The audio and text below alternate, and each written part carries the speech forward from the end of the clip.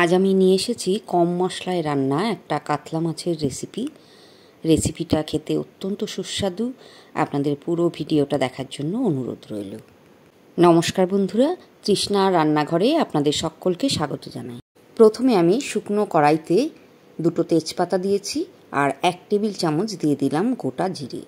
এবারে সামান্য একটু ফ্রাই করে নেব। ফ্রাই করে নেওয়ার পর মিক্সি বাটিতে নিয়ে ঠান্ডা হওয়ার পর গুঁড়ো করে নিতে হবে। এবারে 6টা পিস আমি নিয়ে নিয়েছি গাদা পেটি মিলিয়ে।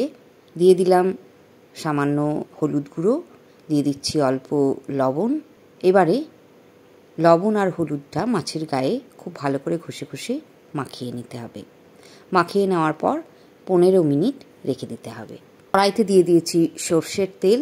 সর্ষের তেলটা খুব ভালো করে গরম করে নিয়েছি। এখন আমি মাছের পিসগুলো ভাজার জন্য এক এক করে সাজিয়ে দিয়ে দিলাম। মাছগুলো খুব ভালো করে ভেজে নিতে হবে।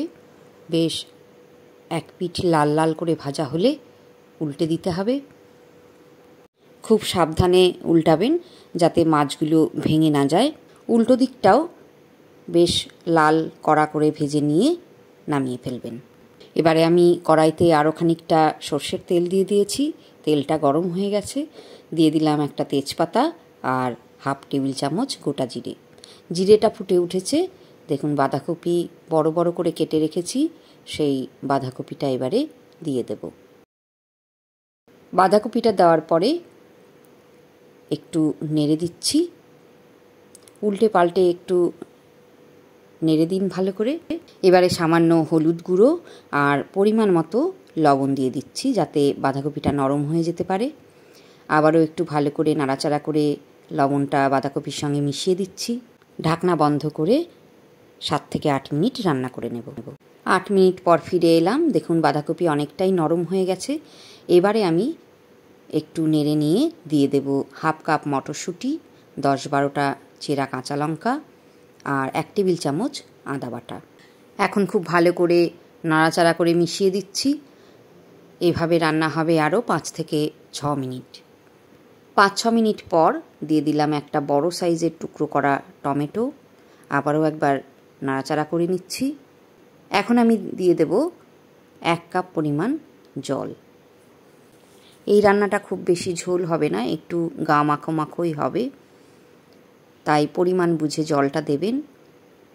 এখন ঢাকনা বন্ধ করে রান্না করব 8 থেকে 10 মিনিট।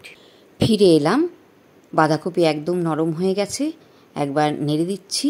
এবারে ওপরে আমি মাছের পিসগুলো সাজিয়ে দিচ্ছি। একটু এপিট ওপিট করে দিতে হবে হালকা হাতে।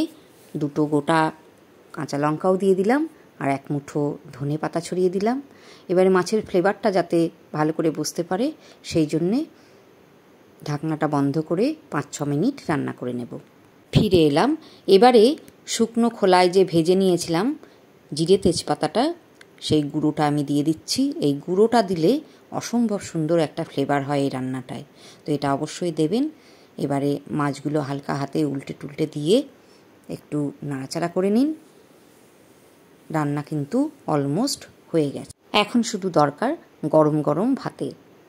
তো সিজনের শেষে যখন বাঁধাকপি খেতে আর ভালো না লাগবে তখন এইভাবে মাছ দিয়ে রান্না করবেন, দেখবেন খেতে অত্যন্ত সুস্বাদু হবে। তো ভিডিও ভালো লাগলে একটা লাইক অবশ্যই দেবেন। ভিডিওটা যদি ইউটিউবে দেখে থাকেন আর যদি নতুন বন্ধু হন তাহলে সাবস্ক্রাইব করে নিন। আর যদি ফেসবুক পেজে দেখেন তাহলে প্লিজ ফলো করার অনুরোধ রইল। আবার আসবো অন্য কোনো ভিডিও নিয়ে। ভালো থাকবেন, সঙ্গে থাকবেন।